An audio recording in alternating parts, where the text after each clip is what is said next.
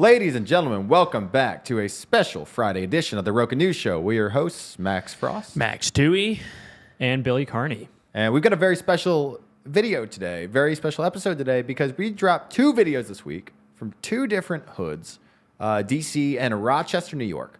We're going to hit the intros on those, and we're going to give you the behind-the-scenes look and talk a little bit about our experiences in two of America's rougher neighborhoods. But without further ado, Rochester. America's friendliest city. It's a place with a Great Lake, a high falls, and an Erie Canal. It's home to corporate giants like Kodak, Xerox, and Bausch & Lomb. That place is Rochester, New York. Free band gang. This shit real. Free band gang. Money. Money. I'm making some win right now. Stop. For decades, Rochester was synonymous with one company, Kodak. Then came digital cameras, leaving the city with this. Rochester, though, is a great place. You're in a dangerous spot right now, but you with some good people, so you're in safe hands. But this summer, a hero emerged to turn these streets around. Rawr. I felt that rawr. I knew to keep it pushing. And we went to find him. That is the story Rochester. after. We'll dig into this. But first, Dude, I'm hooked. Do we play DC now? let's play DC so people can And see then a we'll little go to split. Rochester. Just, retention act a little bit. Outside of the gas station in Anacostia, there's a big drug bust going on. No, it's not a drug bust. It's just the police sucking being gay. This is Anacostia, the side of DC that you never see. But there are homicides in DC. Yeah, there is, but it's more police homicide. I'm in the middle of downtown, talking about Chinatown, people down, literally getting shot. 30 minutes ago, I just got That's 30 what minutes I'm you got out of I jail. came straight from out of jail. Separated by the Straight out of Anacostia bed River with from the no rest of shoelaces. DC. All right. All right, man. If you had to pick one of these places to live, Anacostia or inner city Rochester, which one you take? Rochester. Yeah. What do you think? I think Rochester. I mean, at least in Anacostia, you're close to DC. That's the prosperity true. of DC. That's true. And there's some serious gentrification. Yeah, for better or for worse. There is that a Porsche in that clip right there? Dude, that's a weird thing about some of these. I don't know if it's a Porsche, but I'm telling you, the part of Anacostia, because it's right across the river from southeast, well, it's in southeast DC, but it's right across the river from, Navy Yard area, and which is a nice, gentrified, it's known as the Trump neighborhood, actually, but, people are pushing into Anacostia and the rent's going way up, and there are neighborhoods there that are, really, it's like a lot of New York, traditionally dangerous neighborhood that are now super cool. So one thing that's funny, I mean, living in DC. So for those who don't know, Tu and I both lived in DC for what, 4 years? Yeah, almost 4 for me, 3.5. Yeah, I was there about 4. When you live in Northwest DC, where almost everybody lives, who's young professionals, you have zero interaction with this part of DC. Zero. And I mean, it's not every city, it's it's got its good areas, its bad areas. In DC, it's truly you don't go to the other side of the river. There's no reason. There's no reason you'd ever go to the other side of the river. That's an outstanding point because I think it's different in New York in that to go to a concert, you go to Forest Hills, in Queens. To go to a baseball game, you go to the Bronx or also Queens, and then you're basically, for some of the best clubs, you go deep into Brooklyn. Not that we go there. This is what I've heard from friends who have actual friends. But Frost, you're spot on. And it's also such a transient city. You never really take, some people live there for a long time, but most people are in and out. They don't even know Anacostia exists. Yeah. It was almost, they have no clue, and it has a rich history, but so does Rochester. Yeah, Rochester.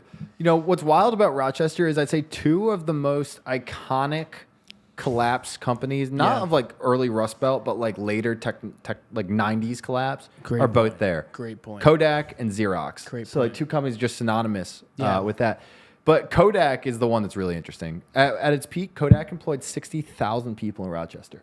In Rochester. That is insane. Well, dude, people sleep on Rochester. Rochester, I looked up last night, the population of the city, what do you think it is? I would go, honestly, before you said that, I would have said 350K. 220. Oh. but the metro area is I over overdid the metro area is over a million. Wow. 1.1 Okay. million. Maybe I was thinking Metro. Damn. Frost, when they're employing 60,000 people, what are these people doing?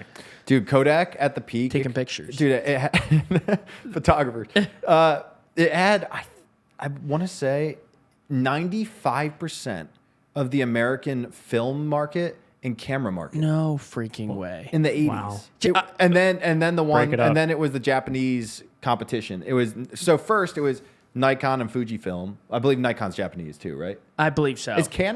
Where's Canon based? I don't know. check.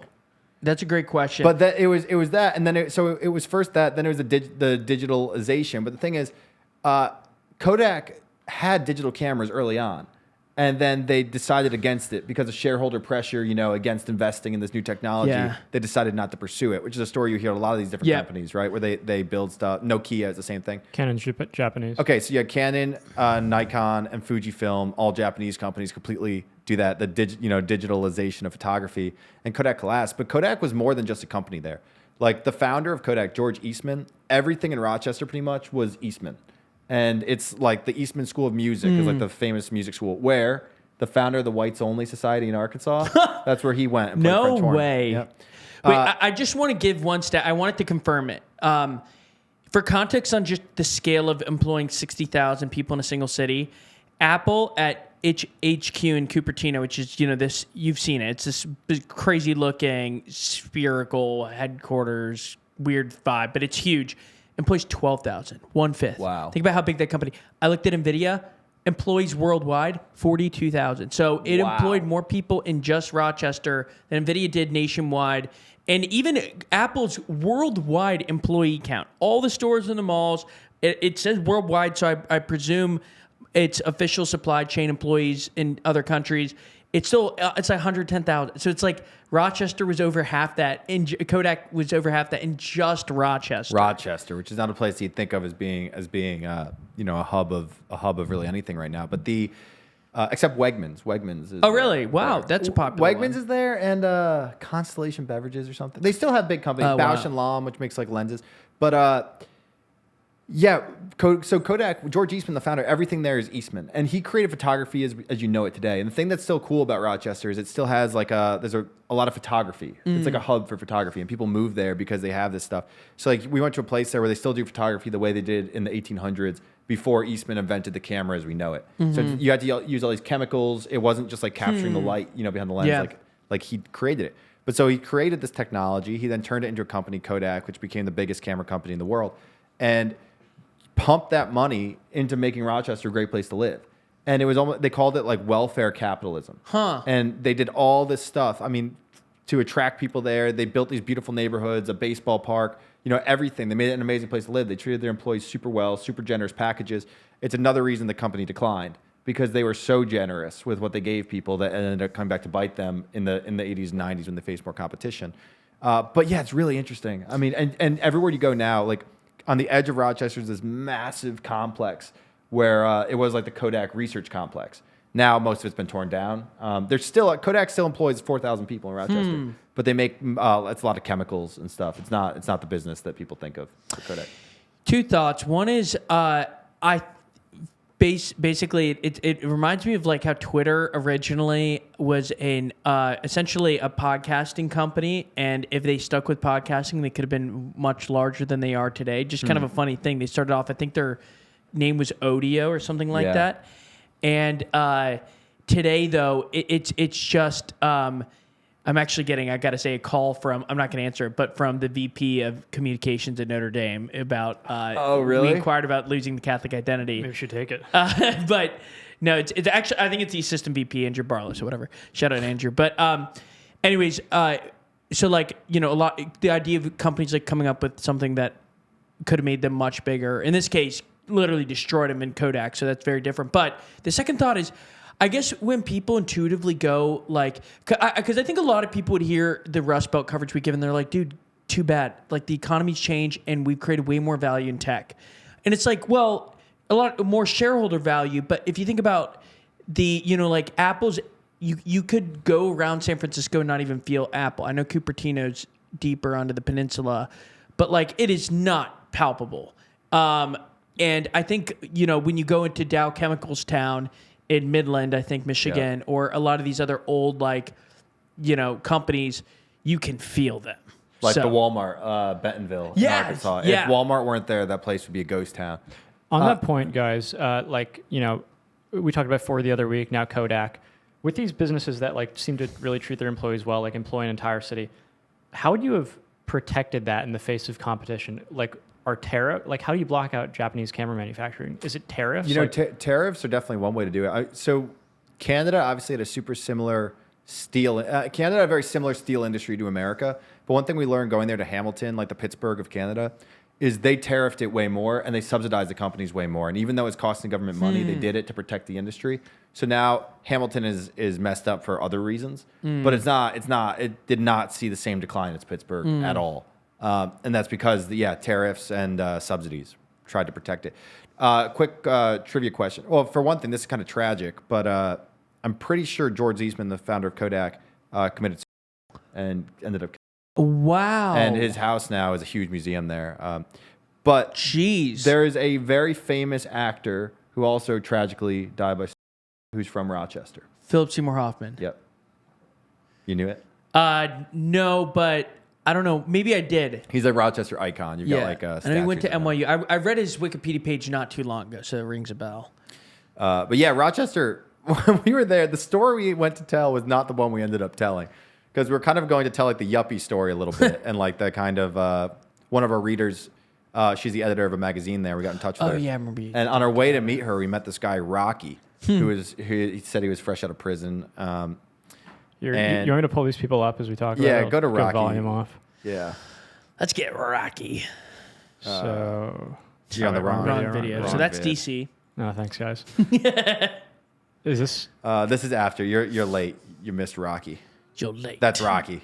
Yeah, so you walked with Rocky. Dude, he's cut. I know. Jeez. Holy shit. Yeah.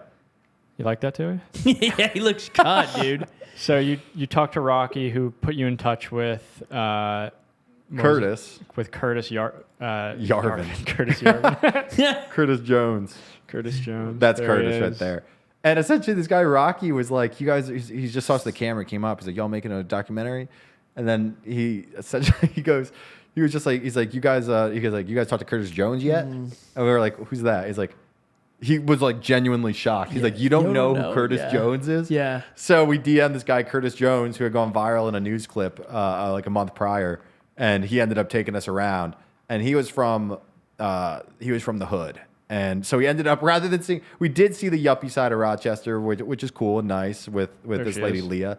But we spent a lot more time in Curtis's Rochester, which is, you know, what's always funny is when you go to these cities, you know, you talk to anyone like you know, like when we were living in DC, if you talked to us, we would have talked about the city in one way.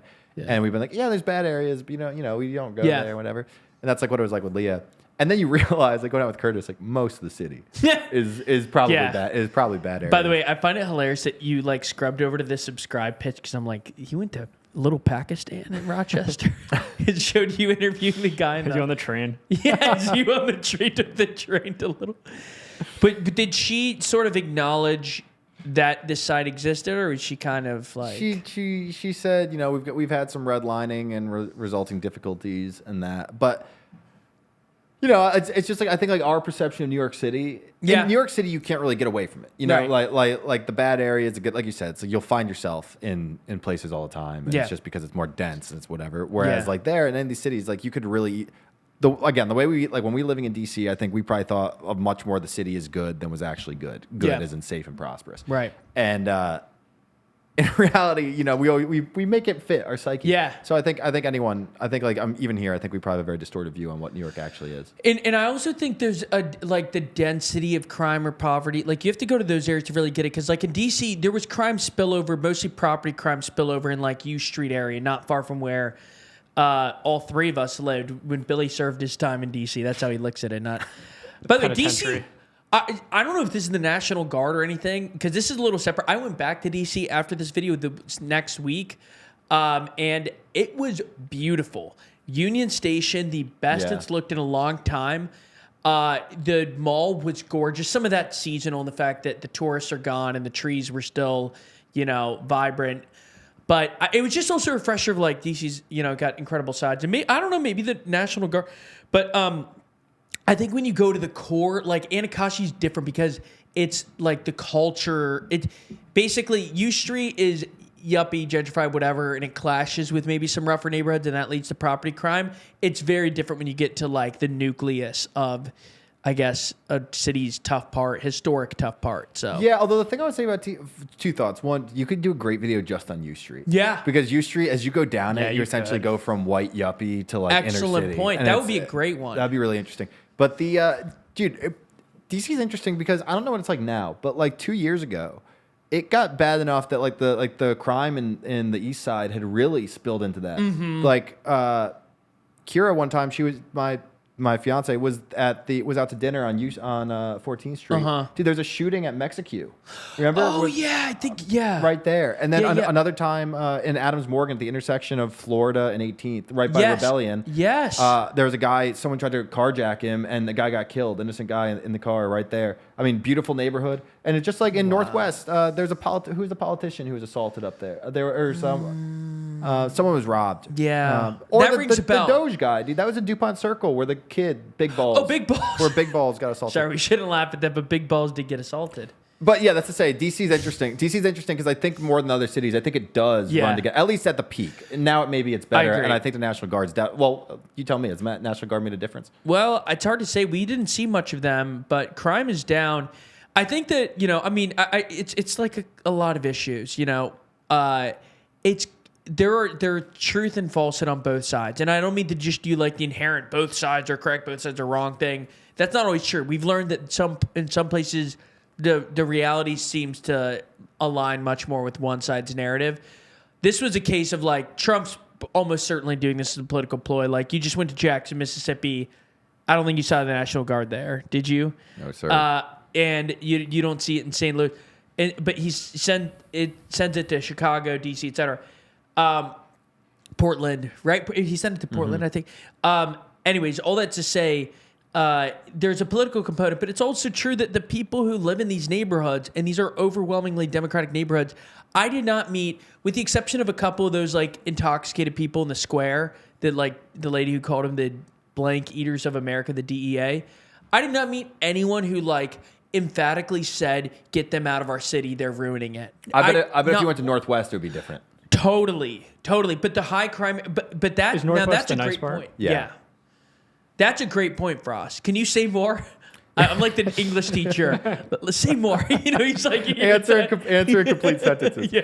Say more. Let's dig into that. Well, dude, it's interesting to hear you say that because when I was in DC like a month ago for a wedding, while I was there, I was walking from like Logan Circle, nice area, to U Street, like fine area, and in between though was public housing. And as I was walking up, there's crazy people in the street screaming, and the kind of stuff that you see in a neighborhood like that. And there were like 4 National Guard guys just standing there keeping an eye out. And I mean, they weren't going to do anything. And again, this guy was literally having a mental break down the street, screaming, the kind of thing that you see all the time in these cities. And they were just standing there watching. And I will say, I mean, as just a pedestrian walking by, you feel better. Like you don't think you're about to get stabbed with them right there. But then again, they were like 100 feet away. This guy was on the opposite side of the street. If he wanted to come kill me, he probably could have done it without them doing anything. But I mean, I think that, okay, first of all, we did see National Guard in Union Station, so shout out to there. The next time I went, I think I saw like I saw military vehicles around, and they weren't part of a motorcade or anything. And I would imagine if you live there in a tough neighborhood or even in one of these like peripheral to a tough neighborhood spots, that you would want more, even I think the only complaint we got is they harass people. Essentially, if you were to summarize, the biggest complaint is like they do a lot of like meaningless stop and frisking activities and don't do enough of stopping crime. But yeah, I mean, it was complex. I don't know, like in Rochester, every time you go to a hood, you also realize how little people care about national politics, with the exception of like some, educated, kind of more, wiser, intellectual types that live in these neighborhoods. And those are always gems to stumble upon because they have like such fascinating perspectives. I don't know, like, did they care about Trump? Did they talk about Trump? I would bet these guys all kind of like Trump, just given the vibe of the place and like the emphasis on money. Dude, the thing that's funny about Rochester, when you ask people, I mean, it's like it's a rough city. It's these, you can look at the poverty. Yet when you ask people there, like what Rochester's known for, they all say the same thing. All of them. They say getting money. And it's like Rochester. I'm sure you have it in one of these clips. The guys like Rochester's known for getting money. And that's like, it's not one guy saying it. Like that is literally how they think of themselves. They think of themselves as being from the city where you go get money. And then you ask them how, and they'll be like, they'll be like cutting grass, selling drugs. Yeah. They'll just like name like Yeah. 50 things, but it's always like selling drugs. They'll put in there as Yeah. like rapping, whatever. But this guy Curtis, who we met, the viral star there, he had a whole bunch of hustles now. He dresses up like the Grinch and he goes and performs at Christmas parties for $50 a pop. Although since going viral, now he can charge $100. Wow. Yeah, he's got some ads. He's doing promo. That's how he says. He says he's doing promo now, making money off that. But you know, when you go to these places, like the government just doesn't really penetrate these areas. Dude, Like- I do wonder if it would be like better to be Curtis Jones in Rochester than like Zendaya in Hollywood. Like the level of fanfare he gets, and it's probably not like that obnoxious, just a bunch of dap ups. Can you go, Billy, in the video? Cut to the further on where everyone. Let's see. Keep going. It's just drag, and I'll tell you when to stop. Give her a drag. To next one. There's the one. This right here. This is the most heartwarming sequence. Be a good dad. People told us that Curtis is now a hometown hero who's doing wonders for the community. Curtis, one of the best people I know in the town, man. One of my good long-term friends since we was kids. Good dude, man. You extra safe with him. Saying a lot of people don't like him and a lot of people love him. So it balances out. You know what I'm saying? Like with him, everybody noticed him. No, before he even did all that, everybody already knew him. So it was just perfect when he blew up, because everybody already know him in the town. You get what I'm saying? He been lit off before he got lit. You get what I'm trying to say? Everything that he's getting, everything that's coming to him, shit deserve that shit. It's his time, man. I ain't gonna hold you. It's his time. Take advantage of the shit, man. Know that, man. If I had to come stop so long, bro. Know that, man. Yo, I'm so proud of you, my nigga. You don't even know, son. Gangster, boy. That's awesome. Oh, keep that shit going. Keep it That's going. awesome. Curtis says he feels an obligation to give back to his part. It's just so earnest, dude. They're so hyped up for this dude. He had one viral news clip. Dude, that is awesome. I will say it's funny to think of who hometown heroes is. I asked one guy, like, who from DC is like a hero? You know, is it Chappelle, Durant? I actually didn't even list the names. I was just thinking like who could be a hero. And he goes, Quinn Cook. And I'm like, all right, he's not exactly the biggest name, but yeah, I mean, he played basketball at Duke and I guess is in the NBA. But apparently he's like, he comes back and is proud. But I feel like anything that, whether it's social media validation or celebrity status, those who become famous and kind of rep their neighbor, like there's a lot of pride in these. But I think people don't realize that. Like in DC, I remember I obviously like care a lot about sports and including high school sports. But the culture in these places is so real. Like you go to Miami hoods, immediately they're talking about how good the football teams are. You go to DC, we rented the car from a guy who lived he's from like PG County, rough county outside DC. And he goes, I'm like, what are you doing on he's watching something. And he was watching the most obscure high school game from his neighborhood. Really? He played. And it's just like, they have pride. And I was like, why do you think DC's so good at basketball? It's like, dude, it's just part of the culture. Dude, that was one thing in Jackson, Mississippi, when you ask people, despite the fact that it's maybe the poorest capital city in the country and the most violent city in the country, dude, people love it. Dude, Jackson State football, Deion Sanders. Used to be there. Huge. I mean, and the way people talk about it starts to make sense. You know, it's like huge amount of pride in a place where, like, as an outsider, you look at it and you're like, what? It's not the kind of place that would be easy to love, perhaps. By the way, that's a great shot. Can we go to that view for a second? Just the smoke in the background with those two guys. I mean, it just so authentic. Like, Frost, you made the point, like, having a boom mic in these you couldn't get the content we get. And I don't mean to say that to be like, you know, we're the best, although we are pretty good. But it's to say that the quality's high, but it's also so authentic. Don't give away secrets here, too. All right, we use a boom mic from the legacy medium walking. But no, you're right, Billy. It is a unique balance.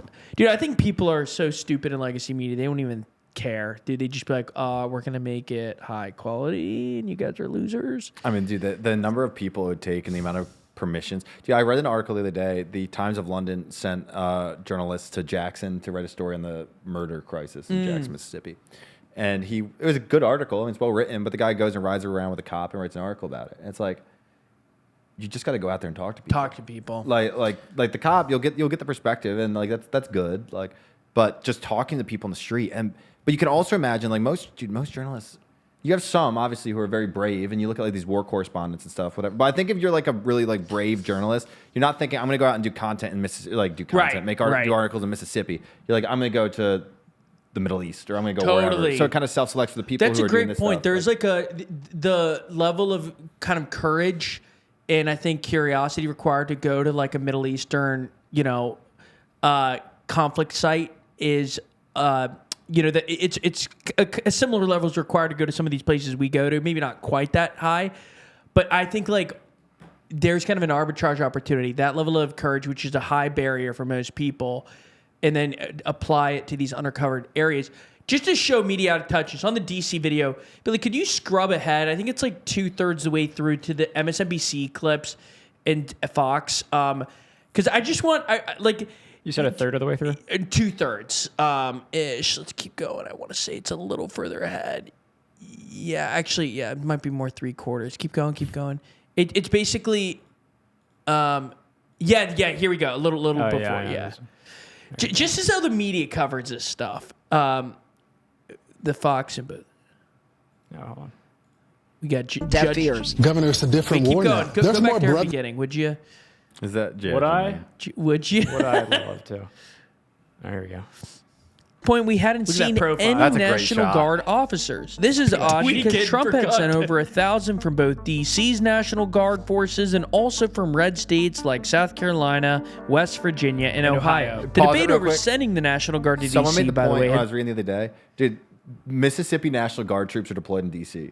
Meanwhile, Mississippi has literally the highest murder rate in the country, and there's shootings on a daily basis. Bro, not to have like a Rogan like shocked face, but like truly, that is insane to think about. Put on your Tucker. Dude, that's kind of a hit blood. Yeah. You're kidding. And they know this. I wonder what Lindsey Graham thinks. He's from South Carolina. You'd think he'd stop it. All right. Here we go. Keep going.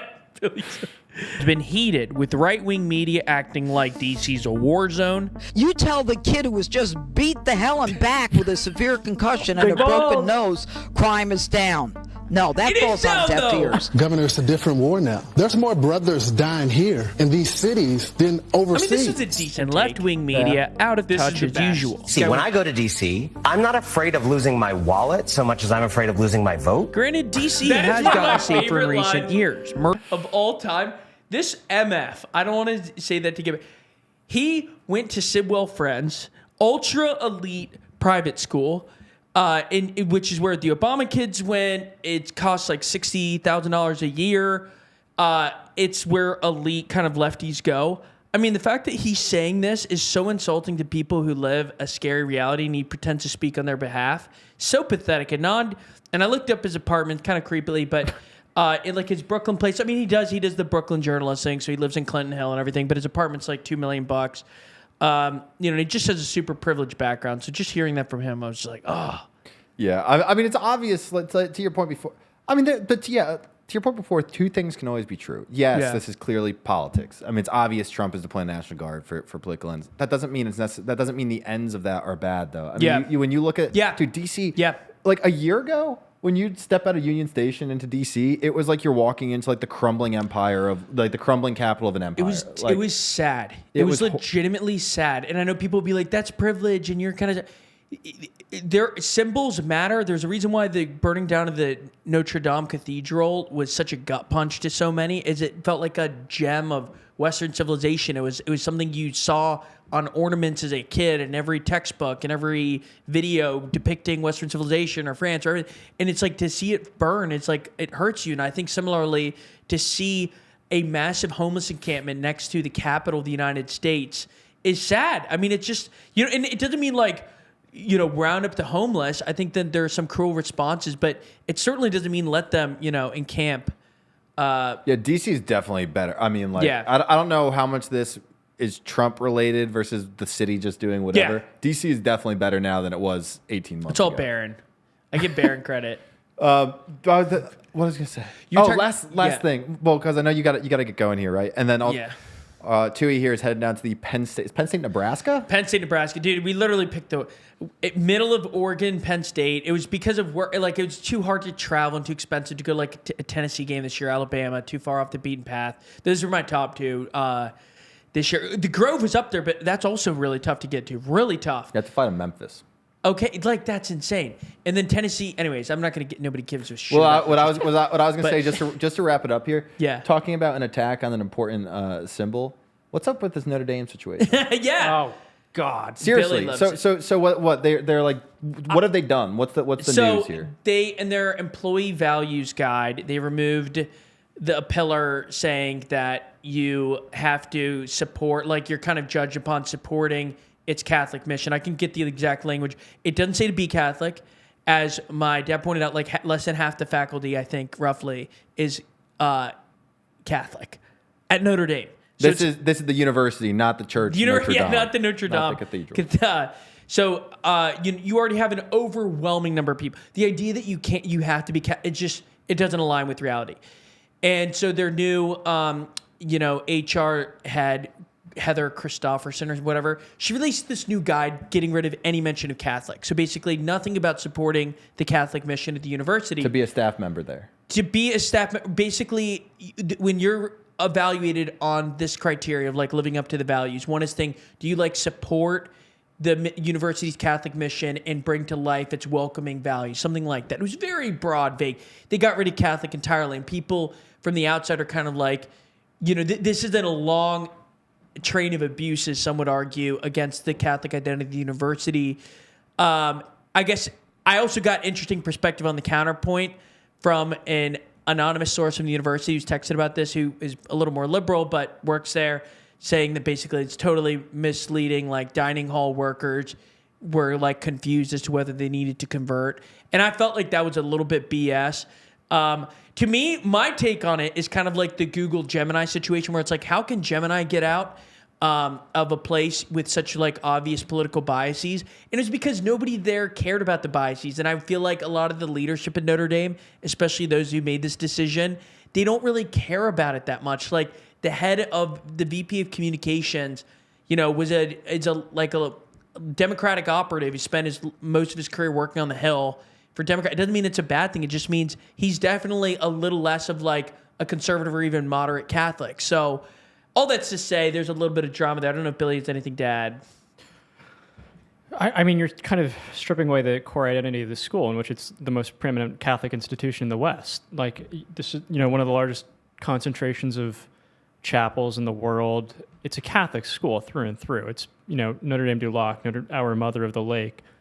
It's kind of like this thing of like broadening the inclusivity so more people join the church. They tried to do like 10 years ago, and it didn't seem like it worked. Like, you don't stand by your principles, so you abandon certain, tenets, and now it's like, okay, we're open to everybody, but now nobody cares because like there's no, you're not giving anything up to join. It's, et cetera. It's an easy, but like in reality, that's not what people want.